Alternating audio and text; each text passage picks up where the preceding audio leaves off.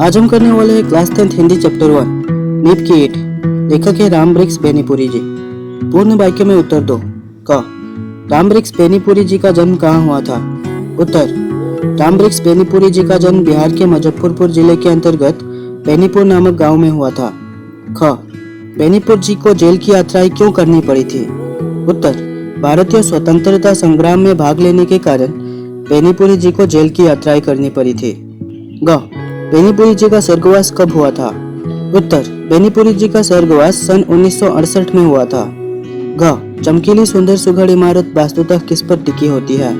उत्तर चमकीली सुंदर सुघड़ इमारत वास्तुतः नीप की ईंट पर टिकी होती है। दुनिया का ध्यान सामान्यतः किस पर जाता है? उत्तर दुनिया का ध्यान सामान्यतः कंगूरे पर जाता है। च नीप की ईंट हिला देने का परिणाम क्या होता है? उत्तर नीप की ईंट हिला देने से कंगूरा जमीन पर गिर जाता है। छ सुंदर सृष्टि हमेशा क्या खोजती है? उत्तर सुंदर सृष्टि हमेशा बलिदान खोजती है। ज लेखक के अनुसार गिरजाघरों के कलश वास्तुतः किसके शहादत से चमकते हैं? उत्तर गिरजाघरों के कलश वास्तुतः उन लोगों के बलिदानों से चमकते हैं जिन्होंने इस धर्म के प्रचार के लिए अपने को अनाम उत्सर्ग कर दिया। झ आज किसके लिए चारों ओर होड़ा होड़ी मची है? उत्तर आज कंगूरे की ईंट बनने के लिए चारों ओर होड़ा होड़ी मची है। पठित निबंध में सुंदर इमारत का आशय क्या है? उत्तर पठित निबंध में सुंदर इमारत का आशय सुंदर समाज है। क्वेश्चन नंबर 2 अति संक्षिप्त उत्तर दो लगभग 25 शब्दों में। क मनुष्य सत्य से क्यों भागता है? उत्तर मनुष्य सत्य से भागता है क्योंकि सत्य कठोर होता है, बद्धा होता है। ख लेखक के अनुसार कौन सी ईंट अधिक धन्य है? उत्तर लेखक के अनुसार नीप की ईंट अधिक धन्य है क्योंकि इमारत को पुख्ता करने के लिए वह जमीन के 7 हाथ नीचे जाकर गड़ गई होती है। पूरी इमारत उसी पर खड़ी रहती है। उसे इमारत की पहली ईंट बनने का सौभाग्य मिलता है। ग नीप की ईंट की क्या भूमिका होती है? उत्तर इमारत को खड़ा रखने में नीप की ईंट की बहुत बड़ी भूमिका होती है। नीप की ईंट इमारत का आधार है। नीप की ईंट हिला दिए जाने से पूरी इमारत जमीन पर गिर पड़ती है। घ कंगूरे की ईंट की भूमिका स्पष्ट करो। उत्तर कंगूरे की ईंट बरबस लोक लोचनों को अपनी ओर आकृष्ट करती है।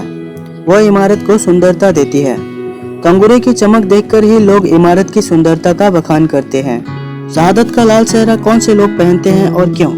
उत्तर शहादत का लाल सेहरा वे लोग पहनते हैं जो अपना मुख बलिदान दे देते हैं। वे लोग इसलिए अपना मुख बलिदान दे देते हैं ताकि एक सुंदर और खुशहाल समाज का निर्माण हो सके। ये तपे तपाए निस्वार्थी लोग होते हैं। च लेखक के अनुसार ईसाई धर्म को किन लोगों ने अमर बनाया और कैसे? उत्तर लेखक के अनुसार ईसाई धर्म को उन लोगों ने अमर बनाया जिन्होंने उसके प्रचार के लिए अपने आप को उत्सर्ग कर दिया। इनमें से बहुत से लोग जिंदा जला दिए गए थे। बहुत से जंगलों के खाक छानते छानते जंगली जानवरों के शिकार हो गए थे। 6 आज देश के नौजवानों के समक्ष क्या चुनौती है? अथवा देश के नौजवानों के सामने आज क्या चुनौती है? नीप की ईंट लेख के आधार पर स्पष्ट करो। उत्तर आज देश के नौजवानों के समक्ष सबसे बड़ी चुनौती यह है कि उन्हें 7000 गांवों का, असंख्य शहरों का नवनिर्माण करना है, हजारों लाखों कल कारखाने खड़े करने हैं, एक सुंदर और सुखी समाज का निर्माण करना है। इसके लिए उन्हें नीप की ईंट बननी होगी। संक्षिप्त उत्तर दो लगभग 50 शब्दों में।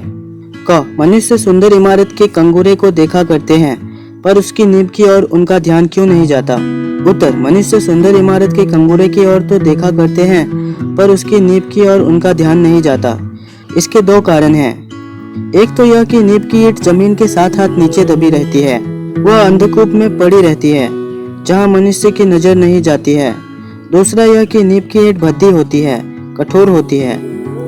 भद्देपन और कठोरता से लोग घृणा करते हैं जबकि कंगूरे की ईंट सुंदर होती है। लोग सुंदरता का गुणगान करते हैं। ख लेखक ने कंगूरे के गीत गाने के बजाय नीप के गीत गाने को क्यों आह्वान किया है?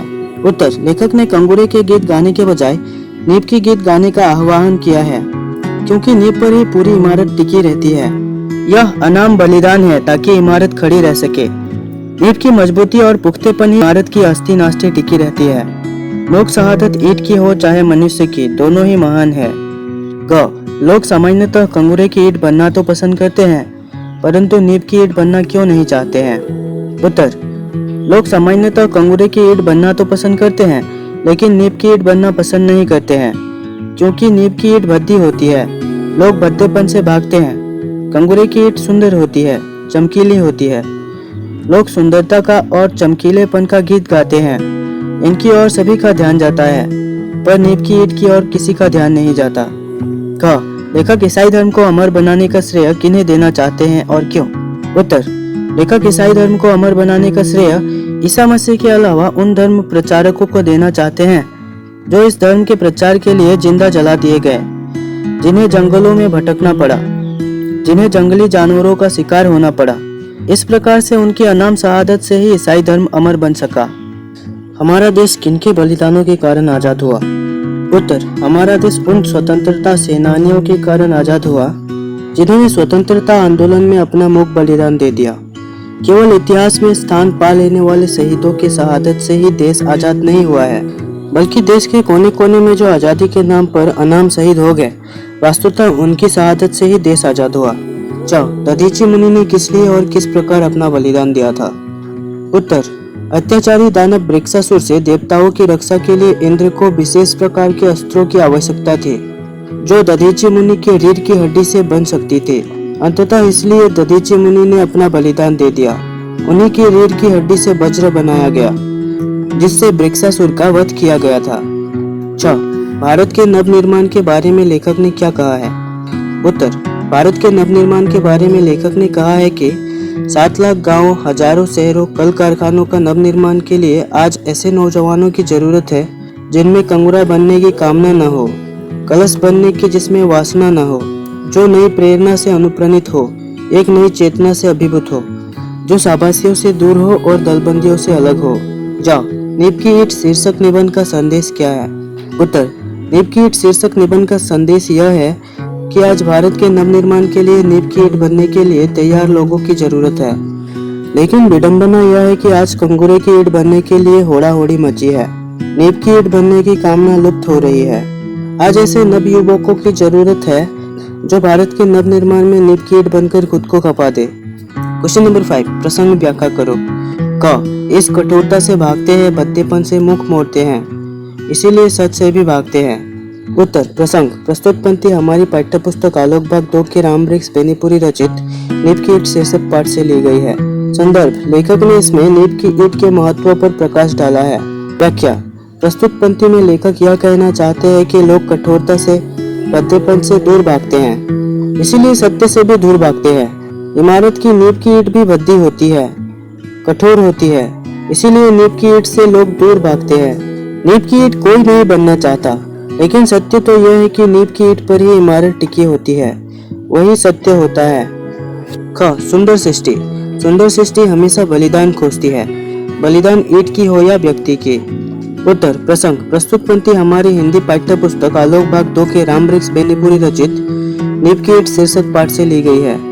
संदर्भ, लेखक ने इसमें नींव की ईंट के महत्व पर प्रकाश डाला है।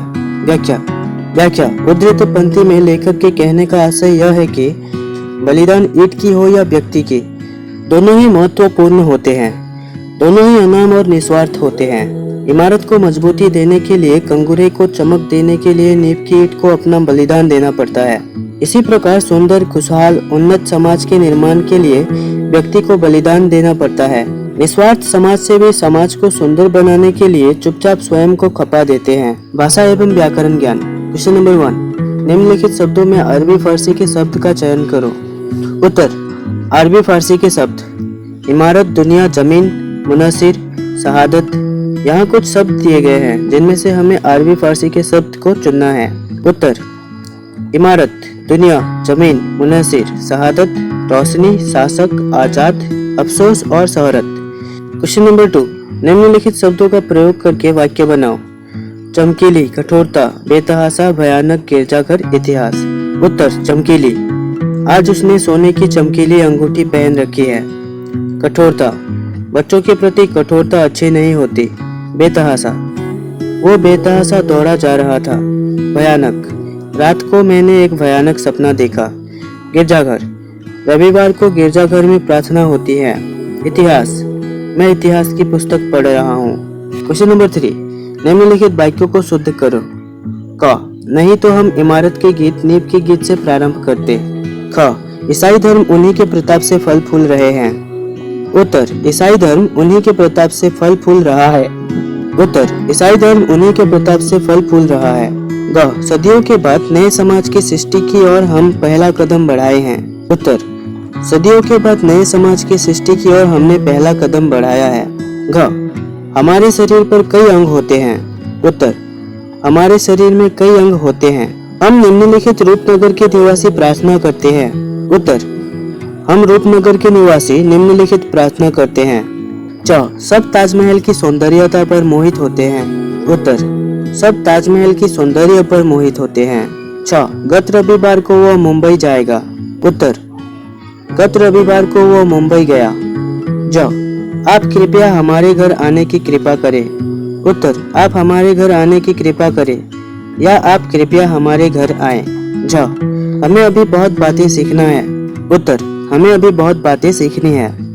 मुझे यह निबंध पढ़कर आनंद का आभास हुआ। उत्तर, मुझे यह निबंध पढ़कर आनंद का अनुभव हुआ। क्वेश्चन नंबर 4, निम्नलिखित लोकगीतियों का भाव पल्लवन करो। क, अधजल गगरी छलकत जाए। उत्तर, इस लोकगीति का अर्थ यह है कि अधूरा ज्ञान वाला व्यक्ति अपने ज्ञान का ढिंढोरा खूब पीटता है, चाहे उसका ज्ञान अधूरा ही क्यों ना हो, लेकिन वो अपने ज्ञान का वर्णन खूब बढ़ा चढ़ा कर करता है। ख, होनहार बिरबान के होठ चिकने पात। उत्तर, कहावत है कि पूत के पैर पालने में ही दिखाई देने लगते हैं। महान व्यक्ति की महानता के लक्षण बचपन से ही दिखाई पड़ने लगते हैं, जैसे कि गांधी जी की सत्यवादिता के लक्षण उनके बचपन में ही दिखाई पड़ने लगे थे। क्वेश्चन नंबर 5, निम्नलिखित शब्दों के दो दो अर्थ बताओ। अंबर, उत्तर, नभ, पत्र, मित्र, पर्ण, हार, कल, कनक।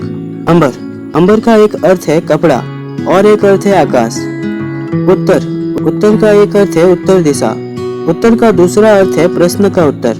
कल, कल का एक अर्थ है समय और अन्य है खतरा। नभ यानी नया या फिर नवीन। पत्र, पत्र मतलब पेड़ का पत्ता या फिर चिट्ठी।